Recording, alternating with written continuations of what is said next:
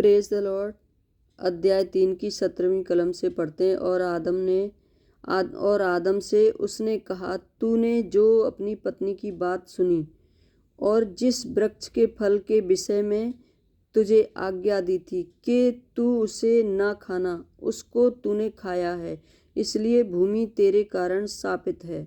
तू उसकी उपज जीवन भर दुख के साथ खाया करेगा और वह तेरे लिए कांटे और ऊंट कटारे उगाएगी। और तू खेत की उपज खाएगा और अपने माथे के पसीने की रोटी खाया करेगा और अंत में मिट्टी में मिल जाएगा, क्योंकि तू उसी में से निकाला गया है। तू मिट्टी तो है और मिट्टी ही में फिर मिल जाएगा। हालेलुया। आदम ने अपनी पत्नी का नाम हब्बा रखा, क्योंकि जितने मनुष्य जीवित हैं उन सब की आदि माता हुई। वह यहोवा परमेश्वर ने आदम और उसकी पत्नी के लिए चमड़े के अंग रखे बनाकर उनको पहना दिए। हालेलुया।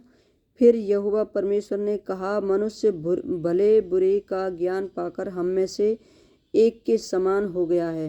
अब ऐसा ना हो कि वह हाथ बढ़ाकर जीवन के वृक्ष का फल भी तोड़ के खा ले और सदा जीवित रहे। इसलिए यहोवा परमेश्वर ने उसको अदन की वाटिका में से निकाल दिया और वह उस भूमि पर खेती करे जिसमें से वह बनाया गया था। इसलिए आदम को उसने निकाल दिया और जीवन के वृक्ष के मार्ग का पहरा देने के लिए अदन की वाटिका के पूर्व की ओर करूबों को और चारों ओर घूमने वाली ज्वालामय तलवार को भी नियुक्त कर दिया। हालेलुया।